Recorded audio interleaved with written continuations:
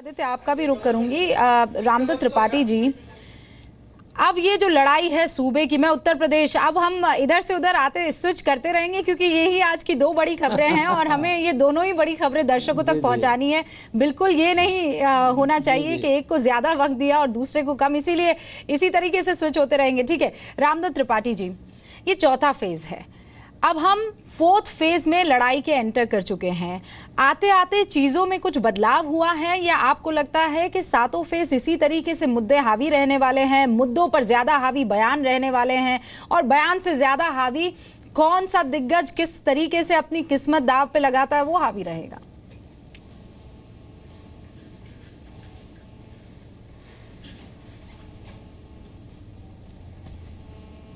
आवाज नहीं है, आवाज चली रामदत्त जी, मेरी आवाज नहीं, हाँ नहीं, हाँ अब आ रही है आपकी आवाज। आपने देखिए, अब चुनाव आधा करीब करीब हो गया है और मुझे लगता है कि सभी दलों में अब थोड़ी नर्वसनेस आ गई है, थोड़ी घबराहट आ गई है। तो इसलिए आप देखिए कि जो प्रचार का तरीका है, बोली है, वो बहुत बदल गई है, कटुता बहुत आ गई है, दोनों तरफ से कटुता आ गई है। आप देखिए बीजेपी के नेता भी जिस तरह से बोल रहे हैं, अखिलेश यादव भी जिस तरह से बोल रहे हैं, तो जानवरों तक को घसीट लिया गया है, स्मशान कब्रिस्तान तक भी चुनाव के मुद्दे में आ गए हैं। और तो मुझे लगता है अब कटुता और नर्वसनेस आ गई। आप देखिए उसका एक आप यही देख लीजिए कि अभी तक कहीं हिंसा नहीं हुई। महोबा में आज सुबह सुबह गोली चली है, एक घायल हुआ है, एक आदमी कानपुर ले जाया गया। तो अब थोड़ा दूसरा है, बड़ा फ़र्क ये है कि अब जिन इलाकों में चुनाव जा रहा है वहाँ गरीबी ज़्यादा है, वहाँ निरक्षरता ज़्यादा है, तो वहाँ सोशल मीडिया जो फेसबुक, ट्विटर और टीवी, इन सब का भी बहुत ज़्यादा नहीं। तो आप बिल्कुल गांव और गरीब, मुझे लगता है काफ़ी बड़े पैमाने पे, चाहे बुंदेलखंड हो चाहे हमारा पूर्वांचल हो, तो ये है। और वहाँ जाति का भी असर ज़्यादा होगा। तो अब ये जो दौर जा रहा है, वास्तविक लड़ाई मुझे लगता है शुरू हो गई है, जिसमें काफ़ी देखने को मिलेगा हमें कटुता भी और इस तरह का जो जाति का, इसके अलावा पैसे का और शराब का। आप जिन इलाकों की बात कर रहे हैं, बुंदेलखंड के वो 7 जिले, वहां से अक्सर हम ये खबर सुनते हैं कि 19 सीटें ही जाती हैं। 19 सीटें अगर कुल मिलाकर अगर आप गणित लगाने लगे तो 5% हिस्सा पूरी की पूरी सरकार में, और उसमें से एक कैबिनेट मंत्री नहीं नसीब होता है। और वहां अक्सर फाइट जो है वो बीएसपी और समाजवादी पार्टी में देखने को मिलती है, इसीलिए बहुत ज्यादा neck to neck important factor हो जाता है। मैं आऊँ रामदत्त त्रिपाठी जी, और समझने के लिए हमारे साथ यहाँ सुरेश जी जुड़ गए हैं स्टूडियो में, सीनियर जर्नलिस्ट हैं और महाराष्ट्र को बहुत अच्छे से समझते हैं।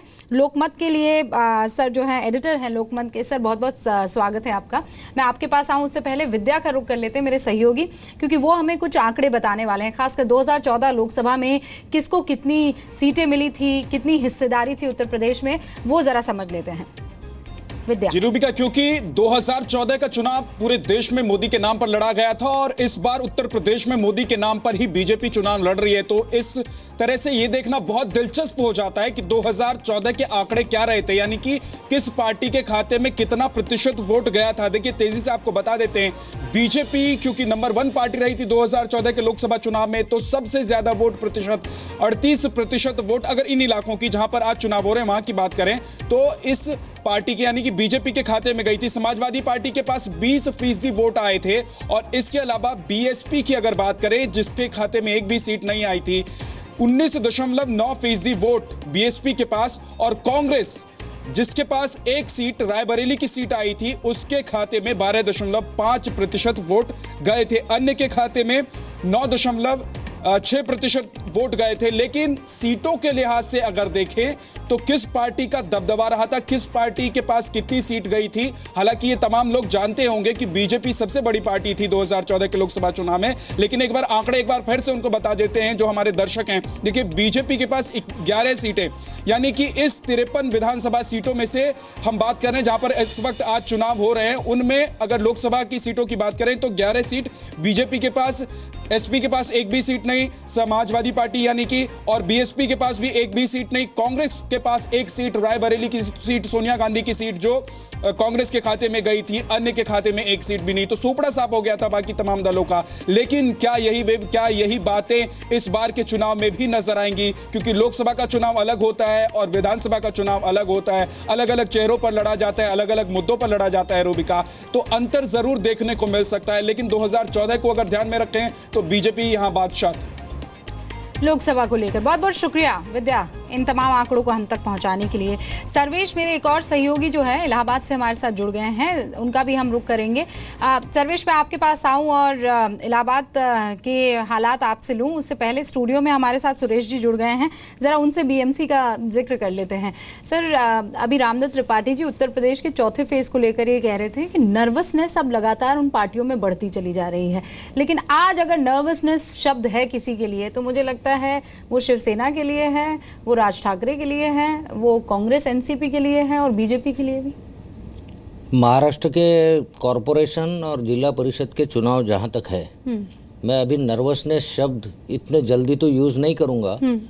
अभी 8 बज रहे हैं, चुनाव के रिजल्ट घंटे 2 घंटे में काफ़ी ट्रेंड क्लियर हो जाएंगे। मगर एक बात है कि ये चुनाव कहीं ना कहीं चीफ मिनिस्टर देवेंद्र फडणवीस इनकी बहुत बड़ी टेस्ट है, क्योंकि वो अकेले ही स्टार प्रचारक के रूप में बीजेपी का कैंपेन पूरे स्टेट में कर रहे थे। दूसरी तरफ उद्धव ठाकरे है, जिन्होंने एक जो गठबंधन है महाराष्ट्र स्टेट में उसको तोड़ के शिवसेना और बीजेपी काफ़ी सालों के बाद बॉम्बे कॉरपोरेशन के चुनाव जो है वो एक दूसरे के खिलाफ लड़ रहे हैं। वैसे तो असेंबली में एक दूसरे के खिलाफ वो लड़ चुके हैं, मगर उसके बाद गठबंधन हो गया था। अभी बहुत ही बिटरनेस भाषा में या एटीट्यूड में या कार्यकर्ताओं में इतना बड़ा है कि अभी वो बिटरनेस जो है वो नर्वसनेस में बदलता है, किसी की खुशी में बदलता है, या तो आने वाले दोस्ती के इजहार में बदलता है। ये तो अभी 10 बजे के जो बाद बिटरनेस जो है ये आपको चुनावों से पहले तो बहुत दिख जाती है, लेकिन चुनाव के बाद वो गलबैया में बदल जाती है।